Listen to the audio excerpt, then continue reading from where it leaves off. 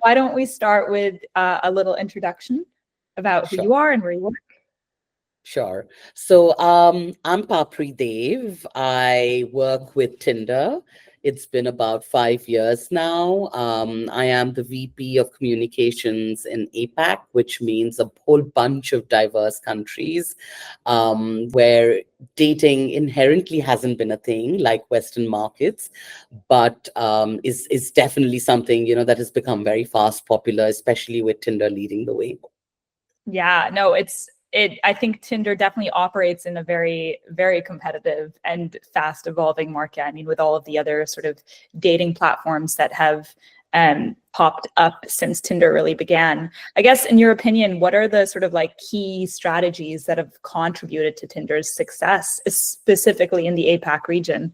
Tinder kind of started in 2012 and it kind of spread through the world, right? It was a word of mouth brand. It was probably one of the first brands, dating app brands as an app.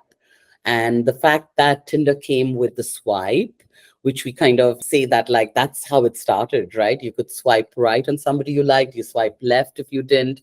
And for us, that was an introduction of like almost mutual consent. So you didn't have to deal with anybody that you didn't really swipe on. And that is the innovation that I think kind of led to Tinder's popularity all around the world. And obviously, it was a millennial brand that kind of came now is moved, 12 years later. And Gen Z, I think, is demanding a very different version of dating that we are trying to cater to right now. They don't want the same norms. They're challenging everything. They're a lot more fluid. And so today we are a dating app that is all about possibilities. We do believe Gen Z is looking for meaningful connections. For them, meaningful means something else. It's not always marriage.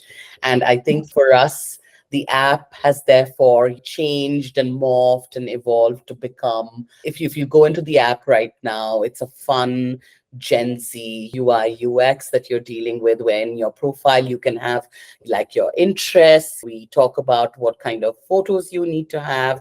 We've got an AI photo selector that can help select from your camera roll. So it's all about catering to the audience that is primary for us, which currently is the Gen Z audience. So the 18-year-old to the 25-year-old.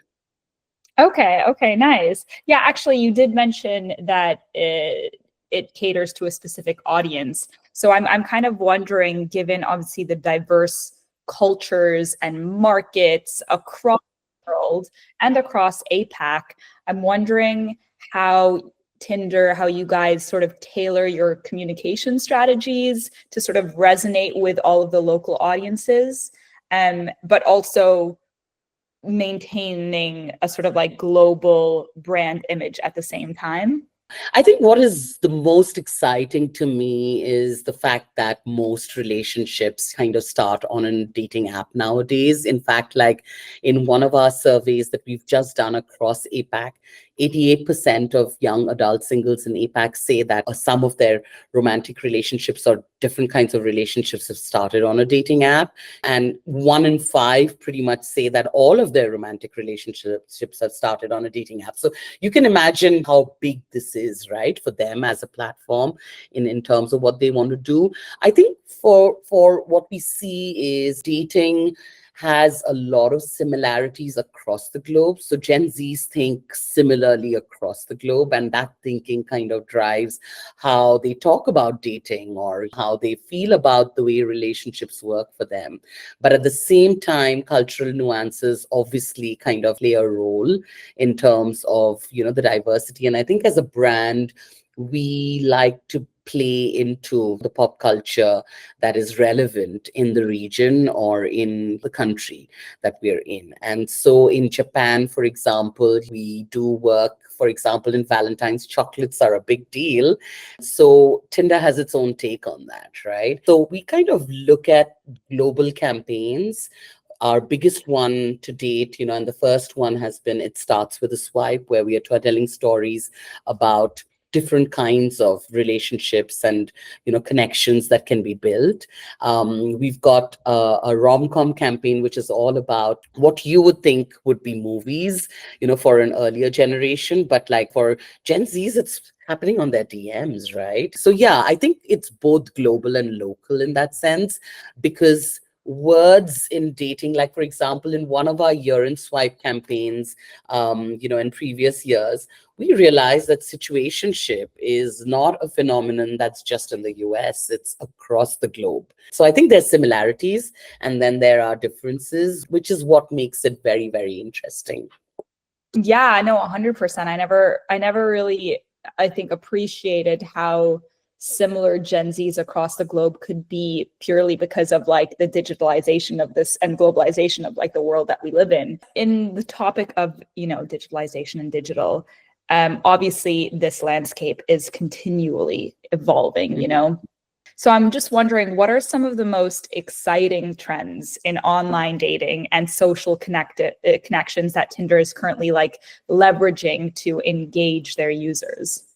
I think one of the things that came out in our Future of Dating report that came out a couple of years ago, to me, what was very, very interesting was our kind of chief insights officer said Gen Zs are going to have the most successful marriages ever because they value authenticity, because they value being very, very honest and clear about what they want.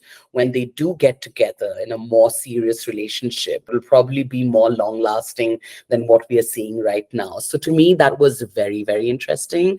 And the fact that they even care, as they are looking at brands like ours, to give them a platform where they can kind of build a relationship of trust, which is why we've launched ID verification, which is right now kind of rolling out across the world, where we believe like the people who come onto our platform do want to use it for dating, and therefore they should be able to verify whether the person they are talking to is the person who the other person says they are, right? So there's verification, or for that matter, community matters to them. And so, we are kind of playing into that in a big way. Tinder's always been non-judgmental. We've been very inclusive. We are for everyone. In fact, a lot of the LGBTQIA plus community tells us that they come onto Tinder and that's the first place where they feel a sense of community, or they feel like they're with people who they haven't had before, because maybe they haven't been able to come out to their families. So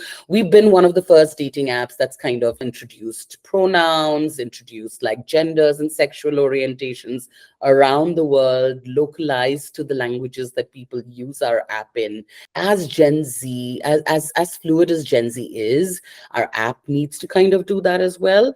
And so we kind of are also making sure for our young users, young adult users, we know that like people swipe with friends. So we've got a feature called the matchmaker, where, you can kind of like bring your friend in and your friend can swipe for you, because sometimes you're just being too harsh on the people that you're seeing, but your friend is like, you would actually like this person, right? Or that, for that matter, from a safety perspective, like Share My Date, which is basically to kind of just let your loved ones know, I'm going for a date, it's on this date, it's at this location, etc.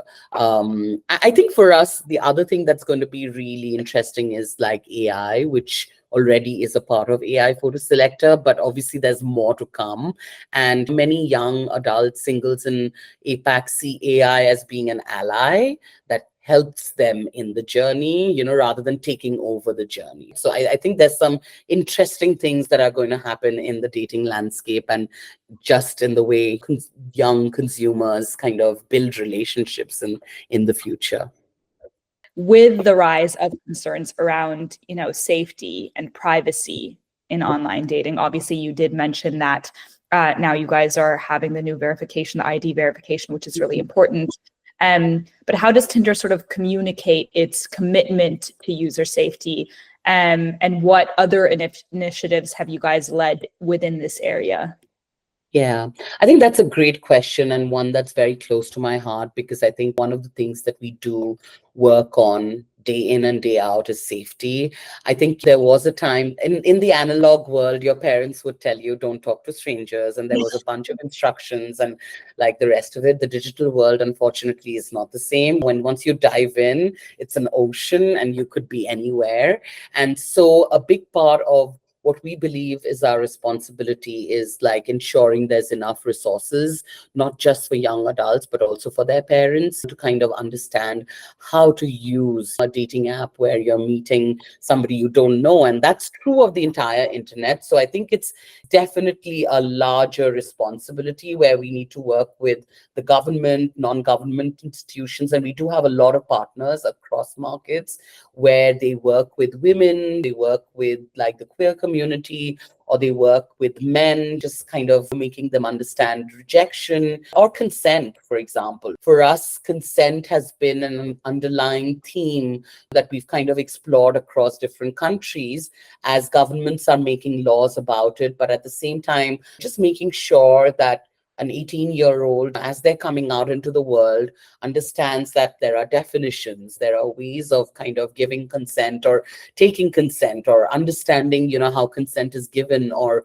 not, right? And I think for us as Tinder, it's about playing that role to make sure that we educate constantly. So we've done this across India, Australia, Japan, like Korea, Thailand. We work with a lot of the police in terms of areas of or a communication that they want to do. Like, for example, in Australia, we've done work around the fact that women don't report bad behavior, and the police do want them to report that behaviors. And so we've worked on a campaign within the app to tell women, hey, you've got to report, right? Like, here's what could be the impact if you tell people.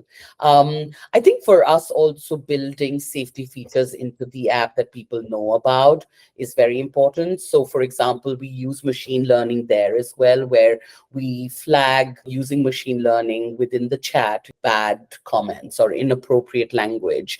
And so it's on both sides because we do believe like there could be an 18-year-old who's watched mainstream media and has learned something which they think is funny or cool, but in real life, it doesn't work. So it would probably say, are you sure you want to say this to this person? And so it's flagged for you because, it's not just about really serious stuff. It's also about like teaching behavior right at the beginning of it, because we are a casual dating app where 18-plus-year-olds are coming in. So we take that role very seriously around building features within the app. So we have around 20 safety features that are there right now. But apart from that, we also have a lot of educational resources that are out there on the internet, which is, for example, dating safety guides that we've done with NGOs, with sensitized language so that people actually are reading about the fact that there are safety features within a dating app that you can use, because people generally don't come to a dating app thinking about like serious stuff. They think they want to have fun,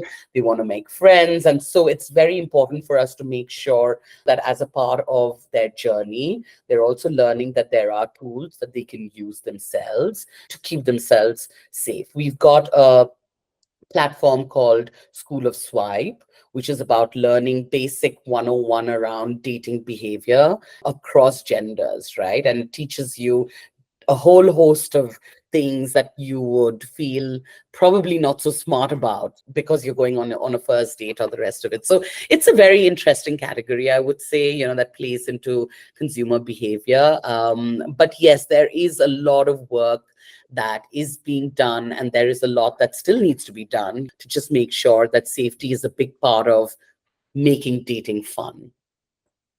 That's honestly so fascinating. And you mentioned consumer behavior, and I'm curious to understand how you sort of like utilize those insights on consumer behavior or data analytics, when you're utilizing Tinder's communication strategies.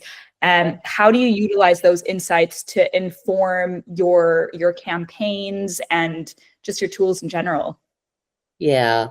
I mean, look, what's interesting for us is what we kind of get to see. So, for example, when Taylor Swift was in APAC, we could see it popping up. We could see her name popping up in bios where people were talking about need a +1 for the concert, or does anybody have an extra ticket? I would love to be your date, right? So, Tinder, in some ways, on people's bios are a reflection of their mood and their sense of who they are at that point in time.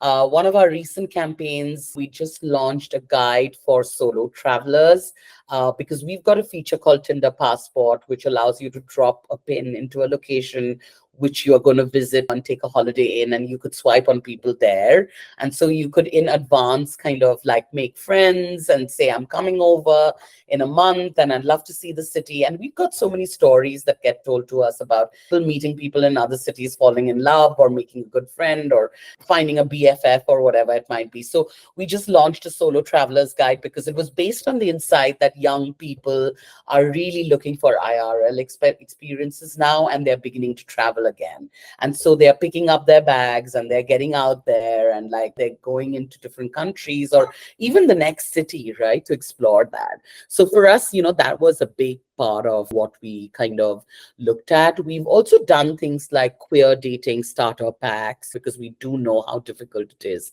for that community to kind of come out. Once you realize that I want to explore this, orientation of mine and the rest of it, it's very hard to figure out who you are. Or you could kind of be somebody who's looking to learn more about consent, or you've heard consent being spoken about, but there is really no place on the internet to go to. So I think as Tinder, we've taken our role very seriously to entertain, educate, and also kind of engage. And so across all of those three things, pillars, we want to kind of make sure that we're kind of making constantly talking about like what good behavior is today. We're constantly keeping an eye on what Gen Zs want out of dating and trying to be a reflection of that.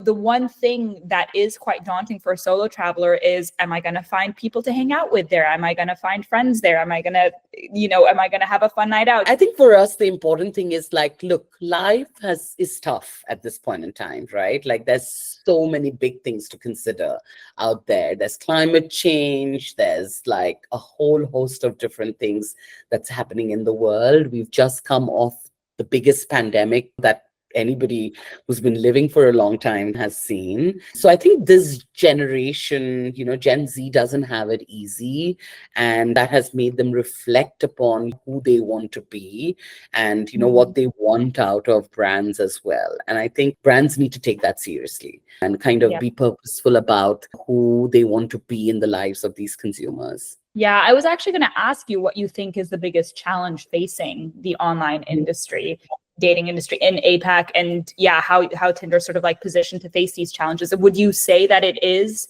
everything that's been going on in the world that's impacted Gen Zs? Oh, definitely. I think living online during their formative years has kind of taken away from them a lot of ability to kind of understand nuance around social connections, right? Like when you go to college, you start learning about, oh, this is what happens, this is how rejection is dealt with. This is how I get accepted into a tribe. This is how I find my tribe. And I think this is a generation that did not get that. And so for them now, IRL is a big part of the online journey. And I think for us, the big thing about us is like, we don't want to keep you online. We want you to meet online and then definitely go into those IRL kind of experiences. And so I think there is a sense of fatigue, which is more about meeting being kind of online. And I think Gen Zs are discovering now that going IRL with good experiences is a great way to kind of get out of that. And so for us, we're seeing a rise in interest-based dating, which is why interests are high up on your profile. Because like if you love pickleball and you find somebody else who loves pickleball, that's a recipe for getting out there and having some fun, if not finding somebody for the long term. I think the other thing is that like there is instant gratification conditioning as well. We expect everything to be quick.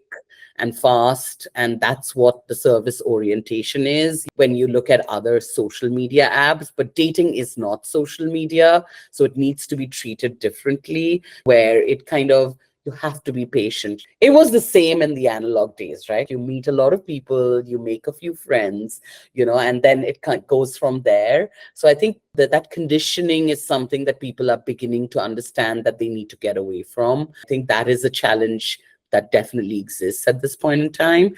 And I think there is nostalgia for what mainstream media has created in our heads about, how two people meet, which actually is just stuff that you see in movies. The rom-com on a screen, and in our life, rom-coms look very different. It's still cute, but it definitely doesn't come with the background and the color and like the music. So I think for us, it's about constantly just being at the forefront of it and understanding these insights and these shifts in behavior, and being able to kind of make sure that as an app, we've got the features that allow people to just accentuate the personality that they have as much as possible.